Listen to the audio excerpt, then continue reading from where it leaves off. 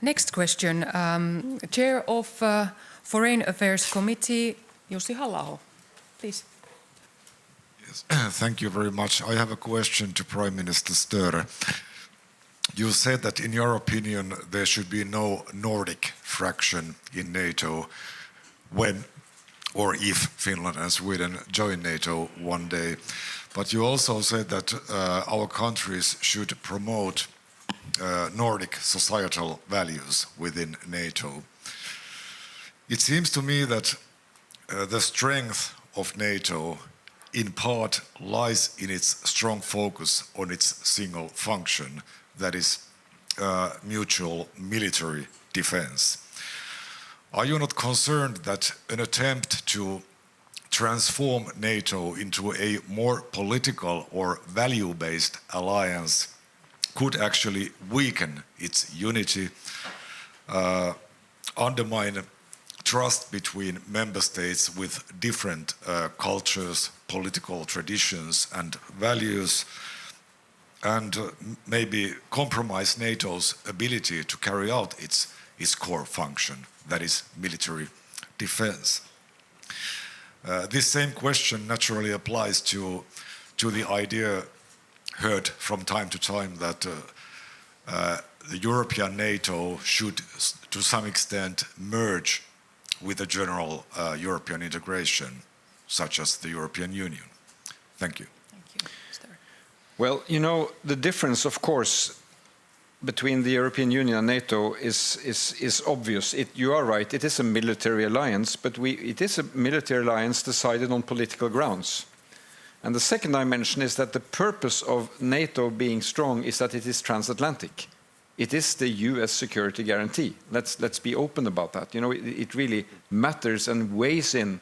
And I think Finland and Sweden, being now seasoned in the European Union cooperation during these since the mid-90s, will experience a new reality in terms of what is NATO. I mean, this transatlantic dimension is the key one. And I think that is absolutely fundamental. So the security guarantee comes very much from that bound across the Atlantic, Canada, the US, and together with the European allies. And you know, when I say that I'm warning against the Nordic fraction, is that I believe if we express ourselves that way, we will create more resistance than necessary. What I am advocating is that we should have close Nordic cooperations on policy and values and how we do things in NATO, and we have a number of procedures of doing that. I mean, we are informal. Just being here is one way of coordinating our views. And then I think, you know, on your point, should we do too much on the political front because are we then diluting the meaning of NATO, which is military? I don't agree.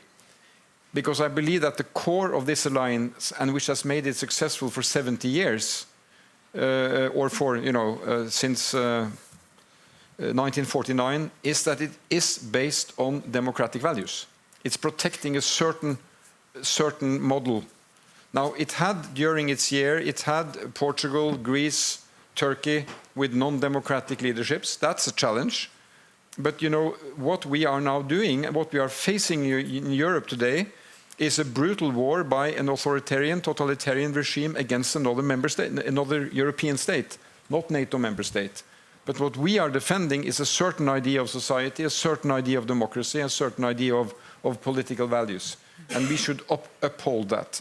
And that's why I believe when it comes to this discussion about Sweden and Finland joining and a certain member state raising questions, well, I think those questions should be addressed. But the key thing of becoming a member of NATO is, do you fulfill the requirements of becoming a member of NATO? And one of those requirements is that you are a democratic state. You have democratic control of your military forces. You don't have dispute with your neighbors. And you have modern military capacity. And Sweden and Finland are first in class of that. But I think that democratic dimension of then becoming member, and we know there are applicants for NATO that have been put on a long hold because they are not fulfilling those criteria. And I think that's the right approach. There's a certain incentive that you have to move in that direction to become with an open door policy to become a member.